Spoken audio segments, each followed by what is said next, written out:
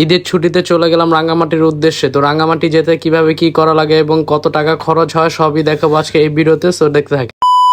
আসসালামু আলাইকুম গাইস, কি অবস্থা সবার, কেমন আছেন সবাই? Welcome to my another blog. So after long time আমি ব্লগ করতেছি এবং আজকে চলে যাচ্ছি আমরা রাঙ্গামাটির উদ্দেশ্যে। তো নাইমার আমি চলে আসলাম জীবন ভাই বাসার সামনে এবং জীবন ভাইকে নিয়ে আমরা চলে যাব এখন রাঙ্গামাটি উদ্দেশ্যে। এবং কি আমাদের সাথে আজকে ইয়ামিনও কিন্তু যাচ্ছে। তো এখানে নাইম আছে, জীবন আছে এবং কি আমি, ঠিক আছে। প্রতিবারের মতো জীবন লেট করে, এটা নাইম বলতেছে, মানে প্রত্যেকবার জীবন কিন্তু লেট করবে। তারপর লিফট থেকে নেমে আমরা ডাইরেক্ট চলে গেলাম রিক্সা নিয়ে ইয়ামিনের বাসার সামনে। তো এখানে গিয়ে আবার ইয়ামিনকে রিসিভ করে আরেকটা রিক্সা নিয়ে আমরা চলে গেলাম সায়দাবাদের উদ্দেশ্যে।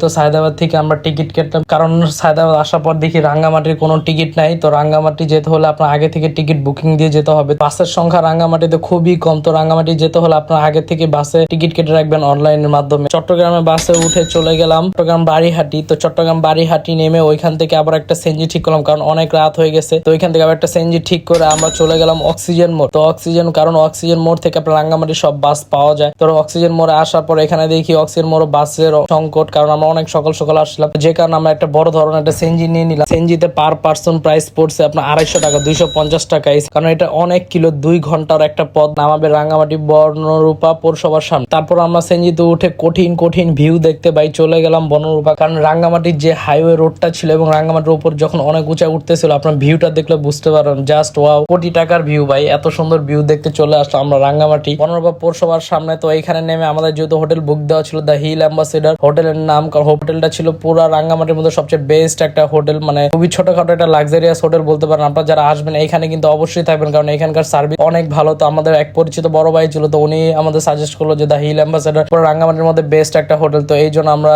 এই হোটেলে থাকলাম। পার ডে আপনার থাকার কস্ট পড়লো, পার ডে পড়ছে 3000 টাকা ডাবল বেডের রুম, যেহেতু আমরা 4 জন ছিলাম এবং 4 জনের জন্য খুব বেস্ট একটা রুম ছিল এটা। যারা আসবেন অবশ্যই দ্য হিল অ্যাম্বাসেডর এই হোটেলে থাকার চেষ্টা করবেন। এবং রুমে এসে এখন আমরা রেস্ট করবো। রেস্ট করার পর নেক্সট আপনার ডে বাই ডে আরো অনেক ব্লগ দেখবেন, আরো অনেক সুন্দর সুন্দর জায়গা যাবো। সুবলং ঝর্ণা, ইকো পার্ক, কাপ্তাই লেক, ঝুলন্ত ব্রিজ, অনেক সুন্দর সুন্দর জায়গা আছে এই রাঙ্গামাটি আসলে আপনারা হয়তো বুঝতে পারবেন। এবং কি ডে 1-এ আমাদের খুব সুন্দর একটা ব্লগ আসবে, সো দেখার জন্য প্রস্তুত হয়ে যান। সো দেখা হবে কোনো নেক্সট একটা ব্লগে। Have fun, tata bye.